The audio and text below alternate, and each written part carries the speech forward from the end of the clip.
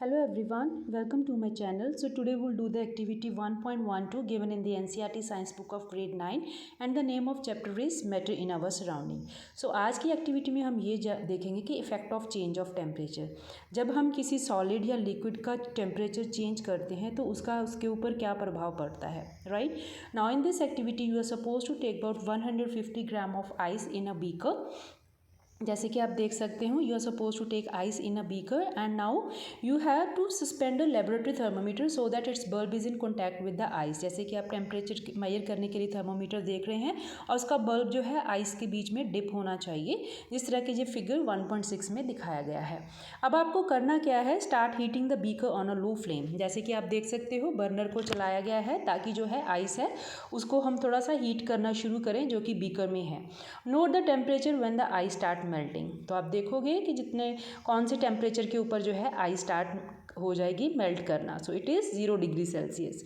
Now note the temperature when all the ice has converted into water। अब आप देखेंगे कि कितने टेम्परेचर पे जो है आइस कन्वर्ट हो गई वाटर में। Record your observation for this conversion of solid to liquid state. और आपको ये तब तक टेम्परेचर मेजर करते रहना है जब तक आइस जो पूरी वाटर में कन्वर्ट नहीं हो जाएगी। इन थ्रू होल इस प्रोसेस में यू विल ऑब्जर्व कि जो है आइस जो थर्मामीटर है वो 0 डिग्री सेल्सियस टेम्परेचर ही दिखाता जाएगा जब तक आइस पूरी मेल्ट नहीं कर जाएगी। सो बिगनिंग में भी temperature of ice was 0 degree Celsius, और जैसे जैसे आप हीट करते जाओगे भले ही उसमें बीच में आइस से पानी बनना शुरू हो जाए लेकिन आपका थर्मोमीटर टेम्परेचर 0 डिग्री सेल्सियस ही दिखाएगा। अब आपको क्या करना है, now put a glass rod in the beaker and heat while stirring till the water starts boiling. तो आप नीचे वाली पिक्चर में जैसे आप देख सकते हो अब बर्फ़ से जो है पानी बन चुका है और अब हम पानी को जो है गर्म करना दोबारा शुरू करेंगे till the water start boiling, जब तक कि पानी बॉयल करना ना शुरू हो जाए। Keep a careful eye on the thermometer reading till most of the water has vaporised. तो आपको पानी को तब तक उबालते रहना है जब तक पानी के पूरे वेपर्स ना बन जाएं। Record your observation for the conversion of water in the liquid state to the gaseous state. तो आप ये ऑब्जर्व करोगे जैसे ही आइस से पानी बना था, उस पानी बनने के बाद जैसे ही हमने उसको हीट करना शुरू किया तो पानी का टेम्परेचर बढ़ना शुरू हुआ till the temperature got 100 degree Celsius. उसके बाद जो है टेम्परेचर ने बढ़ना बंद कर दिया, चाहे कि हम उसको नीचे से हीट दे रहे थे, बर्नर हमारा जल रहा था, पानी उबलना शुरू हो गया था, लेकिन जब तक पानी से भाप बनती रही उसका टेम्परेचर 100 डिग्री सेल्सियस ही रहा।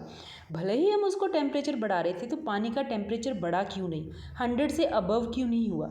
यही बात हम ये जानना चाहते हैं कि जब 0 डिग्री सेंटीग्रेड था टेम्परेचर, हमने उसको हीट करना शुरू किया, हालांकि बर्फ़ का पानी भी बढ़ना शुरू हो गया, हम उसको हीट दे रहे थे लेकिन उसका टेम्परेचर 0 डिग्री से ऊपर बढ़ा ही नहीं। ऐसा क्यों हुआ?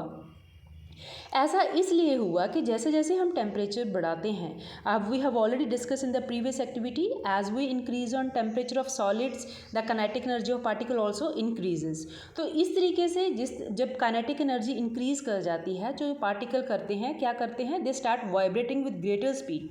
ठीक है, और ये जो हम हीट नीचे से दे रहे हैं, अब पार्टिकल्स ने वाइब्रेट करना शुरू कर दिया। जैसे कि आइस है, आइस पहले सॉलिड थी तो उसके आइस मॉलिक्यूल्स के पानी की जो आइस के मॉलिक्यूल थे उनकी काइनेटिक एनर्जी बढ़ गई, वो वाइब्रेट करना शुरू हो गई। और ये जो हम नीचे से हीट दे रहे हैं, भले उसका टेम्परेचर 0 डिग्री सेल्सियस ही था, लेकिन ये जो हम हीट दे रहे थे that was supplied by heat to overcome the force of attraction between the particle. ठीक है, काइनेटिक एनर्जी तो बढ़ ही रही थी, साथ में ये जो हीट थी उसके ऊपर जो हीट दे रहे थे हम, वो किसके लिए यूज़ हो रही थी, जो गैस के मॉलिक्यूल्स आइस के मॉलिक्यूल्स में फोर्स ऑफ अट्रैक्शन थी उनको तोड़ने के लिए, right. Now what will the particles do? They will leave their fixed position and start moving more freely। अब आइस में जो पार्टिकल्स थे फ्रीली मूव कर ही नहीं थे, जैसे पानी बना तो उसके पार्टिकल्स फ्रीली मूव कर गए। So a stage is reached when the solid melts and is converted into a liquid. तो अब एक ऐसी स्टेज आ गई जब जो बर्फ़ थी पूरी पानी में कन्वर्ट हो गई। The minimum temperature at which a solid melt to become a liquid at the atmospheric pressure is called its melting points. ऐसा टेम्परेचर, कौन सा, मिनिमम टेम्परेचर जहाँ पे सॉलिड लिक्विड बन जाए at atmospheric pressure is called its melting point. तो हम ये भी कह सकते हैं कि हम तब तक आइस को गर्म करते रहे ताकि जब तक उसकी फोर्स ऑफ अट्रैक्शन को हम ओवरकम नहीं कर पाए, हम उसके इंटरमॉलिक्यूलर फोर्स ऑफ अट्रैक्शन को तोड़ नहीं पाए, राइट। तो उससे हमें ये भी पता चलता है किसी भी चीज़ का मेल्टिंग पॉइंट होता है, वो इंडिकेशन होता है कि उसकी स्ट्रेंथ कितनी है, force of attraction between its particle. तो जब तक हम उसको हीट करते रहे तो तब तक वो जो है जो हीट थी वो यूज़अप होती रही उसकी फोर्स ऑफ अट्रैक्शन में को तोड़ने के लिए। So the melting point of a solid is an indication of the strength of the force of attraction between its particle। अब दूसरी बात ये करते हैं कि जैसे हमने सेकंड एक्सपेरिमेंट में हमने क्या किया था कि पानी को हम गर्म करते रहे लेकिन उसका टेम्परेचर 100 डिग्री सेल्सियस ही रहा। तो 100 डिग्री सेल्सियस ही रहा, तो लेकिन जब हम उसको हीट दे रहे थे तो वो हीट कहाँ जा रही थी, right.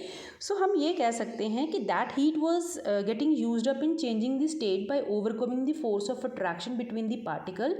As this heat energy is absorbed by ice without showing any rise in temperature, it is considered that it gets hidden into the content of the beaker and is known as latent heat।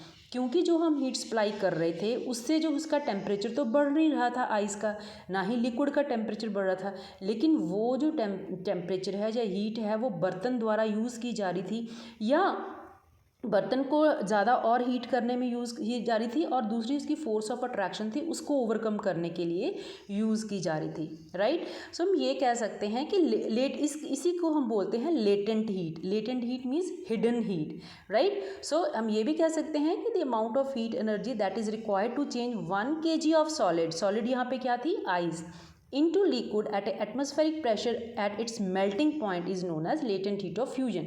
तो जो हम energy उसको दे रहे थे, amount of heat energy बर्फ़ को दे रहे थे, कितनी को, 1 किलो बर्फ़ को हम देते हैं एट एटमॉस्फेरिक प्रेशर ताकि वो अपने मेल्टिंग पॉइंट पे पहुंच जाए। जब से आइस जो है पानी बनना शुरू हो गई थी that is known as latent heat of fusion.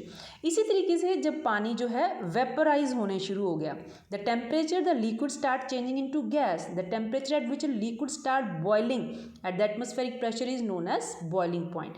तो हमने आज 3 चीज़ें पढ़ी, melting point, boiling point and latent heat। so this latent heat का जो कंसेप्ट है that is very very important. यही एक बात होती है कि जो स्टीम है, स्टीम में जो लेटेंट हीट ज़्यादा होती है, बहुत ज़्यादा होती है, इसलिए जो 100 डिग्री सेंटीग्रेड के ऊपर पानी होगा और जो 100 डिग्री सेंटीग्रेड के ऊपर स्टीम होगी, जो स्टीम है that is more dangerous, right, क्योंकि that have more energy than water at the same temperature. क्यों? This is because particles in the steam have absorbed extra energy in the form of latent heat of vaporisation. Ice के मामले में क्या था, latent heat of fusion, तो हम वो उस फ्यूजन को हम ब्रेक कर रहे थे, ठीक है। और वाटर में that is called as the latent heat of vaporisation, क्योंकि हम पानी से अब स्टीम बना रहे थे। So this I hope this concept is clear to you. Thank you so much for watching.